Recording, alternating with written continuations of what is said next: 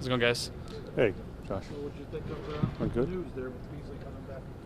Well, it's good to have him back. Obviously, we've missed him. Just his presence, everybody in the locker room loves that guy. I kind of found out about it last week. Bean kind of told me, like, hey, we're thinking about doing this. I was like, I'm all for it, and I know that the guys in the locker room would feel the same way. So, yeah, happy that I'm back. You had a great connection to 82 receptions these last 2 years here, so obviously you've got a nice feel for him. Do you expect you could pick that up relatively quickly here if he gets on the field? I definitely think so. I think, the rapport that we've had with each other the last few years, again, the communication that, he sees the field like a quarterback when he's out there, especially in zone coverages, and just being able to trust him. Obviously, it's not gonna be perfect right away, but to kind of go back and maybe sit down and watch some film and just talk about some different things maybe that we're doing. Again, I don't know if he's playing or not. I don't know really what the plan is. But if he's ready to go, we'll be ready to go with him. And that's it. Hey, Josh, on the practice field, he's ready to go out there this week if given the opportunity? Yeah, I think so. I think that is remains to be seen. I think it's really relying upon him and how he's feeling too. Don't want to rush somebody out there, and especially if not sure what the game plan is and things of that nature. So again, just making sure that we have the ultimate trust when we put him out there. He knows what's going on, and I got no doubt that he does. But again, we'll see. Josh, going back to coming back already? Yeah, absolutely. Going back to something you just said, Brandon said the same thing when we asked him about it this morning. He said that Cole is unique in that he sees the field like you do. Now, I think I understand that. Can you kind of take me inside that, though, how it actually applies, within game and leads to maybe some of the success that you guys when it comes to zone coverages, like he knows where defenders should be at. He knows leverages. He knows what windows that I'm looking at. And he's just got such a good feel. If he's not seeing me, he's going to find a window where he can see me. And again, just smart where he knows when it's man, it's zone. We run different concepts with him because he can read basically two guys at one time, which not everybody can do. It's not the easiest thing, but definitely some concepts that maybe we'll bring back if he's back. But again, who knows if that's going to happen. So it's been difficult to replace that, obviously, taking nothing away from anyone else, and obviously you're dealing with an injury with Jamison. But as you look at running this offense, to have that element back, how valuable is that relative to everything that you guys try to do? Yeah, well, I think our guys have been doing a really good job. I think, obviously Isaiah, taking advantage of some man-to-man reps inside, running away from guys, and that's what he's really good at. Throwing Steph in the slot a few times this season has been really beneficial for us as well too. But it's just another option for us, for him to go out there and be an extension of the run game. Maybe do some. Again, just some older concepts that maybe we haven't ran that much this year. But again, I think we feel comfortable with where we're at with him and with the other guys that we got going. Thank you. As you look at the tape this week of the Dolphins, what is different about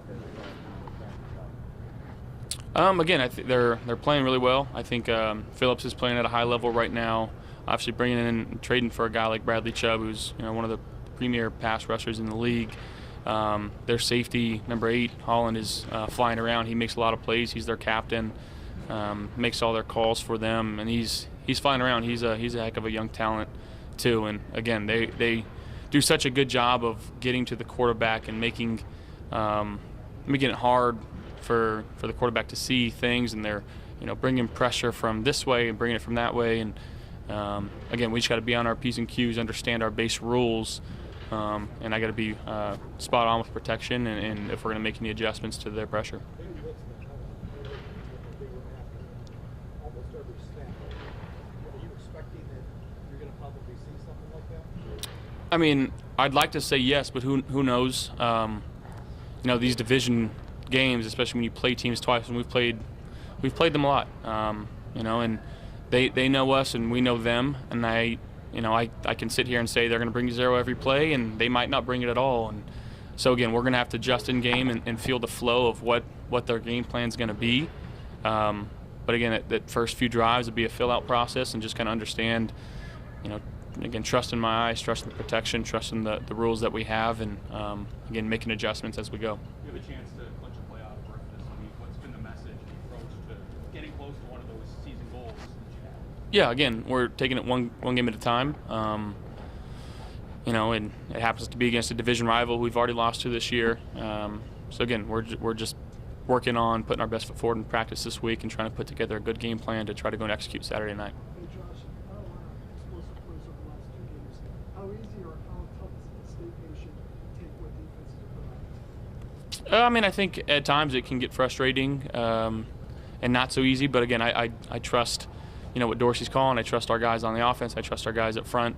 So again, just finding the right spot to get the ball to, letting our guys, make plays with the ball in their hand, getting our run game going, and just playing complementary football. That's what we're trying to do. Josh, you guys are 7 for your last 8 in the red zone. I think the only one who missed was the Detroit when they got that up in the air. What's been the difference compared to the struggles you guys had earlier? I think just really honing in, in our walkthroughs and our practice of the calls that we're calling, making sure that we're comfortable with those, understanding those calls, and then again, it's stuff that we know, kind of some older concepts that guys have a lot of reps at. So when we're out there, we can kind of play free, and I think running the ball down there too has been helping us out a lot. Almost a polar opposite in terms of weather from the last time you played them down there. Have you talked about that at all? What you expect this week? It's kind of the opposite situation. In terms of last game, we don't really talk about that, but we know it's going to be snow.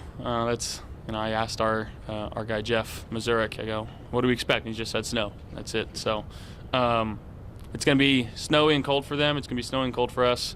We'll have to deal with it to the best of our abilities. Do you think it's fitting that it evens out that way? I mean, they got their heat advantage, and you guys get your cold advantage. Yeah, it's a little ironic, or I don't know what type of word. Poetic. Poetic, yeah, I guess you can say. Yeah, it is what it is. Playing in December in Buffalo, it's not the easiest task to do. But again, it's cold for them, it's cold for us.